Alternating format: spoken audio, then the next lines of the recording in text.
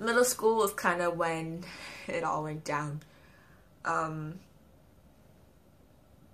So in 6th grade, you know, it was just people teasing me about who I liked, and they would like scream it or whatever. And the boys would be like, ew, you're so ugly, ew, you don't have a shot, blah, blah, blah. And I really didn't care that much. There was this one girl, oh, and she was evil. And she would throw stuff at me. She would always like scream at me. She would tell me that my outfits were ugly, I was ugly. Like, she would always criticize me on my hair and stuff, and like the people I'm friends with, she would always make fun of them. And I don't know, it kind of made me like very sad. I was always scared to stand up to her. She was like the grades bully. And yeah. So the year after that, I guess her friends decided to join in. I was in 7th grade, and I was having a very bad day one day, and my friends, they were making me laugh, they were making me feel better, and I don't know what was happening that set this kid off. He turned around and he screamed at me to go kill myself. And I've been bullied 1,000 times before, but no one has ever said that to me. So I was thinking, like, is this true? Like, everyone is always out to get me. Should I really just kill myself? I was really hurt by that comment, and it got me into a really low place. A really, really, really low place. And I never felt so, like, useless in my life and hopeless, and ever since then, I've been kind of depressed, I guess you could say, or like not depressed, but like sad. And I stayed sad. And my friends, you know, they were like, do you know who Black Veil Brides is? And I was like, no. And they were like, when you go home, look up Coffin. And so I did. And that truly like changed my life, and ever since then I like was in love with Black Veil Brides, still in love with Black Veil Brides. I see them in concerts and stuff, and I truly do love them. And I mean, they kind of like saved me from myself in a way. Fast forward to like June. I mean, I got picked on a lot during the year, but June was kind of, you know, rough. And not even Black Veil Brides could save me in June. And someone was like, you're a disgrace to your race, you're a waste of space and stuff. And I actually completely remember. It was June 7th, and we were in the gym signing yearbooks, and I didn't want a yearbook, so I had like cardboard, not cardboard, it was like poster board kind of thing, and I asked my friends to sign the poster board, and this kid, he was like really fat, and he was like this black ghetto kid, and he goes, that's like so ghetto, and he starts talking to me, and he's like, you're such a disgrace to your race. You're such a disgrace to your race. Like, you're so disgusting. Like, you're such a waste of space or whatever. And, I don't know, that really hurt. It hurt a lot. And people are like, well, why do you care? And it's just because, like, I've always been bullied. So it's kind of like when people keep saying shit, you know, you start believing that it's true. And so I did believe that it's true, and I think that's the first time I tried to kill myself. You know, Black Veil Brides wasn't helping me. My friends were just like, oh, they're just words, and my parents were like, sticks and stones, and like no one understood. So that was the first year I tried to kill myself, and so stupid. My mom had like back problems or whatever. And I tried to like overdose on her like pills. That didn't work, obviously. So next we go to 8th grade, and that's when like the bullying got like really, really, really intense. And every day I'd be scared to go to school, and I'd have like massive anxiety attacks, and like there was not one day I didn't go to guidance. I was genuinely frightened to go to school, and it was like every day it was like something new. I would always get bullied for something. Someone would call me like an emo fag, people would trip me, people would push me. People would call me like a waste of space and stuff like that. And it hurts. It really does hurt, and I always felt like I was alone. I never felt like I had anyone to talk to, because none of my friends like understood what I was going through.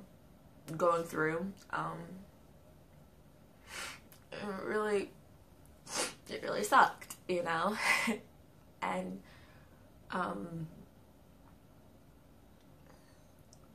I think that's when depression sat in, because I started cutting.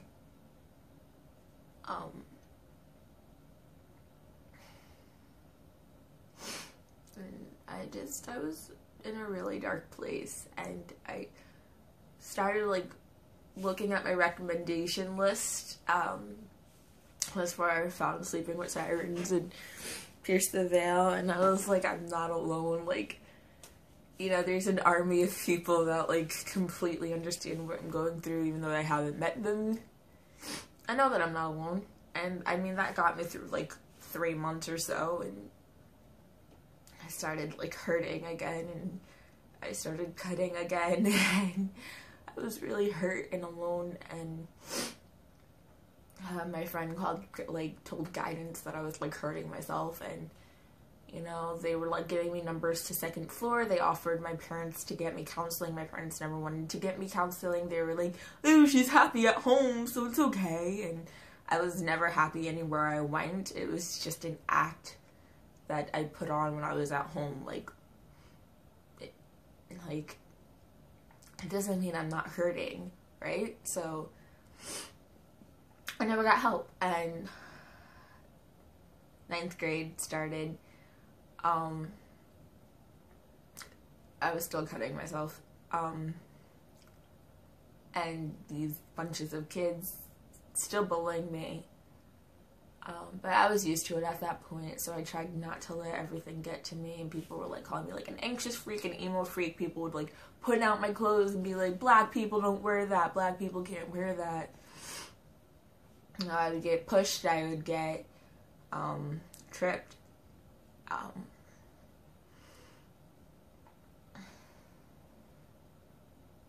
don't know, like, no one fucking liked me. I lost a lot of friends, you know. I don't know. And I was planning to end it one night. I called like my closest friend to say goodbye, and I turned off my phone. And she called my mom, and the next day my mom called the school, and because I went to school the next day, my mom called the school, and I got called down to the guidance office. And you know, the guidance office people made me go to the office, and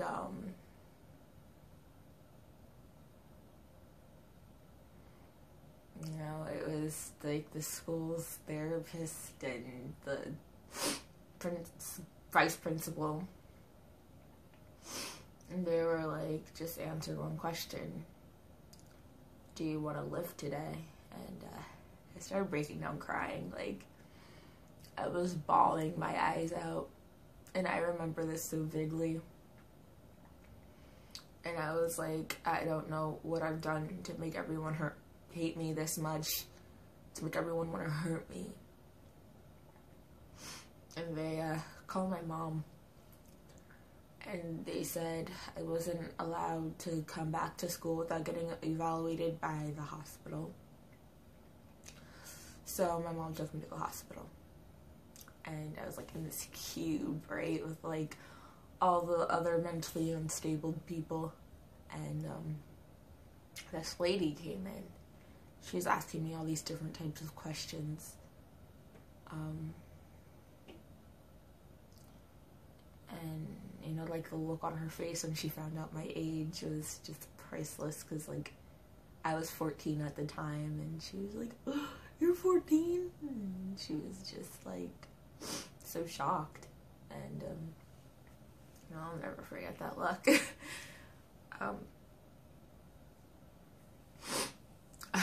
So yeah, and okay, and so she was like, we need to send you to another hospital, a children's specialized therapeutic thingy, I don't know what it's called. And I waited in like the normal hospital for like 3 or 4 days, and then they sent me to like CCIS, and it was like, I guess like the crisis for children thing, and I had a roommate, and 3 meals a day, including snacks, and that was really nerdy. I don't know why I did that. And yeah, that was nice. And there was people there that shared the same music taste as me, and we were all there for the same reason, and felt good. Like, I've never felt less alone before. Like, no one has ever understood what I was going through. And I met these people, and you know, I felt less crazy, and actually friends with like 3 of them to this day, which is insane. I say to this day like I'm like 25 or something, but you know, that's still insane to me. They had this rule, no PC, but you know, we all broke it because we were all like pretty good friends, and we all didn't mind getting touched, so it was okay. Yeah, I got discharged, and I had this one friend that was like bawling her eyes out when I got discharged. She's like, I'm gonna miss you, text me. And I was like, okay.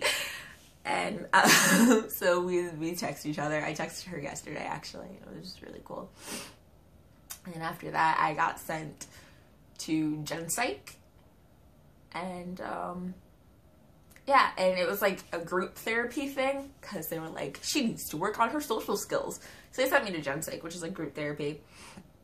And once again, it was like people that shared like the same music taste, and they're like, you listen to Paris? I like Paris. You listen to Priest of Veil? I like Priest of Veil. You listen to Falling in Reverse? I like Falling in Reverse. And I got like so many friends from that, and I started texting a lot of them, and like phone calls, and we followed each other on Insta, you know, and it felt good to like not feel alone anymore. But at the same time, I was kind of sad because I wasn't alone, and like so many other people like felt as down as I felt, and there was like so many like suicidal people and cutting people, and like people doing all of these like hella drugs just not to feel anymore. And that was kind of like depressing, but at the same time it was like happy times for me, because it's like, hey, I'm not alone. And I got discharged in August from Gen Psych, and yeah, and I've never been happier. I'm not gonna lie and say that I don't have my down times. You know, everyone gets low, and lower than low. But I'm not hitting rock bottom anymore. Like, I'm not at that place where, like, I want to die. So I'm happy about that. And I'm gonna go back a little bit. Before I got discharged, I went to Warped Tour. And, I was listening to Say We Can Fly, and before Braden went on, or Say We Can Fly went on, this lady from Hope for the Day came on,